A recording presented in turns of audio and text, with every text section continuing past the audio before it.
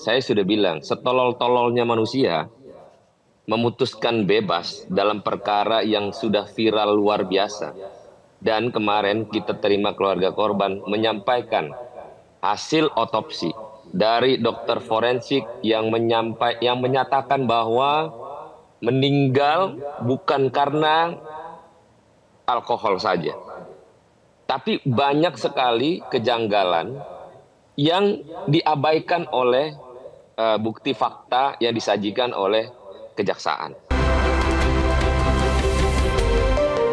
Polemik vonis bebas Ronald Tanur lebih dari 6.000 pencarian ini masih ramai ya, dan tentunya terakhir itu menjadi sorotan di mana pihak keluarga dari almarhum Dini Sera mendatangi Komisi 3 DPR RI ya, memberikan keterangan bersama dengan kuasa hukumnya dan ditanggapi juga oleh pihak Komisi 3. Nah, jadi pemirsa, vonis bebas terhadap Gregorius Ronald Tanur dari kasus meninggalnya Dini Sera Afriyanti menuai polemik publik karena sejumlah pihak berpendapat vonis yang diberikan Pengadilan Negeri Surabaya ini janggal dan tidak masuk akal, pemirsa. Iya, Ronald Tanur bebas dari ancaman pidana 12 tahun penjara yang diajukan JPU atau Jaksa Penuntut Umum. Nah, kita akan ulas lagi ya, siapa sih Ronald Tanur ini? Ronald Tanur ini merupakan anak dari anggota DPR Edward Tanur dari Partai Kebangkitan Bangsa. Ronald didakwa melakukan tindak kekerasan terhadap Dini yang merupakan kekasihnya, namun Ketua Majelis Hakim Erin Tuah Damanik dalam putusan sidang menyatakan tidak ada bukti yang cukup untuk menguatkan dakwaan JPU. Dan karena merasa kecewa dan tidak adil, keluarga almarhum Dini pun berjuang mencari keadilan, yaitu dengan mendatangi Komisi Yudisial. Keluarga Dini melaporkan 3 hakim yang menjatuhkan vonis bebas terhadap Gregorius Ronald Tanur dan meminta Komisi Yudisial untuk segera memeriksa 3 hakim tersebut, yaitu Erin Tua Damanik, Mangapul, dan Heru Hanindio. Tim kuasa hukum juga menduga adanya pelanggaran kode etik hakim dengan mengabaikan bukti-bukti yang dituangkan oleh Jaksa Penuntut Umum. Terlebih, Jaksa telah mengajukan tuntutan kepada Ronald Tanur selama 12 tahun penjara. Dan hingga saat ini hakim-hakim yang terlibat gitu ya dalam pembebasan Ronald Tanur ini masih aktif bekerja menangani persidangan sejumlah kasus. Selain mendatangi Komisi Yudisial, keluarga Dini pun mengadu ke Komisi 3 DPR dan menggelar audiensi. Dalam audiensinya, anggota Komisi 3 terkejut ya dengan hasil visum yang dipaparkan oleh pihak kuasa hukum. Dan berikut kita simak pemirsa audiensi keluarga almarhum Dini dengan Komisi 3 DPR yang berlangsung pada hari Senin kemarin. Salam sejahtera bagi kita semua. Maksudnya gini, hakim ini kan berlandaskan putusan yang dia putuskan karena mengakibatkan meninggal itu gara-gara alkohol. Iya. Itu yang saya kejar sebenarnya. Iya. Terusin. Iya. Lanjut. Iya. Jadi saya perjelas Pak Ahmad Sori ini, jadi tidak ada identifikasi selama proses persidangan dan itu sudah ditanyakan juga oleh majelis hakim pada saat persidangan pemeriksaan ahli forensik Bapak. Kebetulan saat itu saya hadir. Jadi pada saat saya hadir sudah ditanyakan apakah ada kandungan alkohol di dalam tubuh korban. Ada. Apakah itu menyebabkan kematian? Ahli forensik mengatakan tidak menyebabkan kematian. Yang menyebabkan kematian adalah pendarahan hebat di perut, dada dan hati. Maafin brengsek. Jadi itu terus Bapak mohon izin jika dikatakan tadi apakah bukti dari yang menyebabkan kekerasan benda tumpul. Di bagian lengan korban itu ada bekas ban dari mobil kendaraan tersangka. Ini Bapak. Ini ada bekas ban. Ya. Ya. Jadi itu Pak. Bisa di ini ya, nggak ada PDF-nya ya? Ada Bapak. Udah kasih. Itu security diperiksa juga nggak? Udah pernah dihadirkan saksi? Ya, semua security dan saksi-saksi berkaitan dengan perkara ini sudah dihadirkan, Bapak. Oke. Jelas bahwa hakim Lanjut. Ya, baik Bapak. Dan kemudian yang menjadi catatan bagi kami dalam proses persidangan itu ada beberapa sikap-sikap dari hakim yang menurut saya tidak memberikan keleluasaan bagi saksi untuk menyampaikan apa yang dilihat dan apa yang dialami dan diketahui oleh saksi. Saya memperjuangkan ini terutama untuk kakak kandung saya, almarhum Dini Sera Afriyanti serta ibu saya yang sudah meninggal 3 bulan yang lalu juga, dan untuk anak almarhum, untuk Desta. Saya mohon kepada Bapak pimpinan dari Komisi 3 untuk membantu terus kasus ini hingga selesai agar keluarga saya mendapatkan keadilan dan tersangka mendapatkan hukuman yang setimpal dan hakim segera ditindak juga dengan seadil-adilnya. Itu aja Bapak, mohon maaf. Kalau kita lihat yang di-highlight ini salah satunya terkait korban yang meninggal dunia akibat meminum minuman beralkohol, padahal banyak bekas di badannya dan itu dinilai diabaikan begitu saja. Betul, sudah ada bukti-bukti dari pihak forensik yang mengatakan bahwa almarhum Dini Sera ini meninggal akibat penganiayaan gitu ya. Ada beberapa luka penganiayaan di bagian tubuh dan juga sudah terbukti dilakukan pelindasan oleh mobil begitu ya. Nah, ini juga yang menjadi sejumlah kejanggalan, termasuk juga katanya pemeriksaan bukti dan saksi yang dinilai masih kurang dalam kasus ini, padahal bukti-bukti sudah cukup dan saksi-saksi juga sudah dihadirkan dan memberikan keterangan setelah juga kemudian dilakukan waktu itu semacam olah tempat kejadian perkara. Dan ya, kita lihat lagi dalam kasus ini pemirsa, tentu ini menjadi perhatian di mana sampai hari ini informasinya Komisi 3 DPR RI sudah menerima ya audiensi dari pihak keluarga Dini Sera Afrianti. Dan audiensi dilakukan usai ramai kontroversi putusan Hakim Pengadilan Negeri Surabaya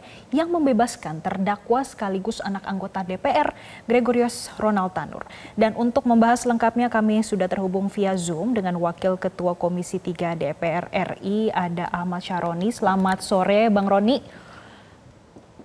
Selamat sore. Bang Roni, kalau kita lihat kemarin saat audiensi ini cukup emosi Bang, saat berkomunikasi dengan keluarga Dini. Bang, bisakah disimpulkan kalau ketiga hakim ini melakukan penyelewengan atau pelanggaran? Ini bukan lagi penyelewengan, bukan lagi pelanggaran. Ini buat presiden buruk sejarah pengadilan di republik yang kita cintai ini. Tapi tadi saya protes, ngapain itu pakai disensor-sensor bahasa saya, nggak apa-apa. Saya terima resikonya, saya memperjuangkan keadilan demi kepentingan keluarga korban. Kalau tanpa kita yang membela korban, siapa yang akan bela orang-orang yang butuh keadilan? Dan saya tidak akan pernah bosan mengatakan bahwa 3 hakim yang memvonis bebas terdakwa dengan tindak pidana yang terang benderang, saya katakan 3 hakimnya sakit. Nggak pakai nalar pikiran otak yang dia selama dia jadi hakim. Dan ternyata banyak background yang membebaskan putusan-putusan yang sudahlah kita nggak perlu cari tahu seperti yang kemarin saya terima keluarga korban. Tapi saya konsen tentang ini dan yang pasti tolong dikala acara live ini, Mahkamah Agung, bidang pengawasan, Komisi Yudisial, segera periksa 3 hakim yang telah memutus vonis bebas terdakwa si Tanur itu. Oke, hal-hal yang paling disoroti oleh pihak Komisi 3 DPR itu sudah disampaikan juga berdasarkan keterangan dari pihak kuasa hukum dari Dini Sera. Nah, yang paling membuat janggal kalau menurut Bang Roni sendiri apa Bang poin-poinnya dan kemudian rekomendasi apa yang diberikan oleh pihak Komisi 3? Itu saya sudah bilang, setolol-tololnya manusia memutuskan bebas dalam perkara yang sudah viral luar biasa. Dan kemarin kita terima keluarga korban menyampaikan hasil otopsi dari dokter forensik yang menyatakan bahwa meninggal bukan karena alkohol saja.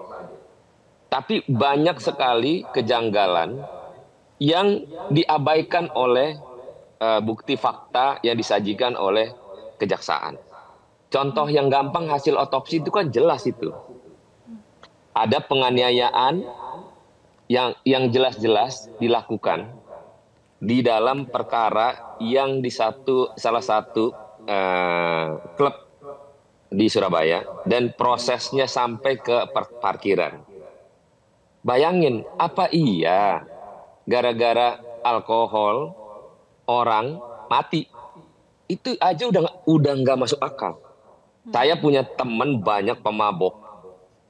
Dia paling pingsan nggak ada yang mati. Dan kalaupun mati, pasti dia kena serangan jantung lah. Bukan akhirnya penyebab kematian ini seperti ada penganiayaan yang menyebabkan orang meninggal. Bayangin kalau luka dalam terjadi yang disampaikan kemarin keluarga korban, disampaikan juga kepada kita. Ya jelas dong, masa iya hakim nggak ada rasa naluri yang kuat, masa hakim nggak pakai nalar pikiran yang jernih. Kenapa dia nggak sajikan? Kalau memang dia sense pikiran humannya kuat, pasti dia akan hadirkan. Tolong dong siarkan lagi video yang menyebabkan yang bersangkutan tuh almarhum meninggal. Bagaimana prosesnya? Bagaimana pemeriksaannya di kepolisian? Bagaimana hasilnya sampai di kejaksaan? Dan jaksa sudah nuntut 12 tahun, divonisnya bebas. Bagaimana ini akal pikiran saya ini jadi keblinger saya. Makanya saya nggak peduli mau keluarganya marah, mau apa, saya cuma belain keluarga korban. Saya pengen para punggawa Republik ini periksa 3 hakim ini serius. Ini nggak main-main. Ini presiden buruk kalau tidak terjadi perubahan yang signifikan. Apa yang saya tuntut kepada hakim agar mereka diperiksa sejelas-jelasnya. Bang Roni, jaksa sudah akan mengajukan kasasi ke Mahkamah Agung. Keluarga juga sudah mendatangi Komisi Yudisial dan juga Komisi 3 DPR RI. Lalu, apa rekomendasi dari Komisi 3 DPR RI agar hakim ini tuh mendapatkan pelajaran gitu, Bang? Ya, pertama kemarin kita mengambil kesimpulan dari hasil RDPU yang menyatakan bahwa Komisi 3 memberikan rekomendasi mewajibkan Mahkamah Agung bidang pengawasan untuk memeriksa 3 hakim yang telah memvonis bebas terdakwa.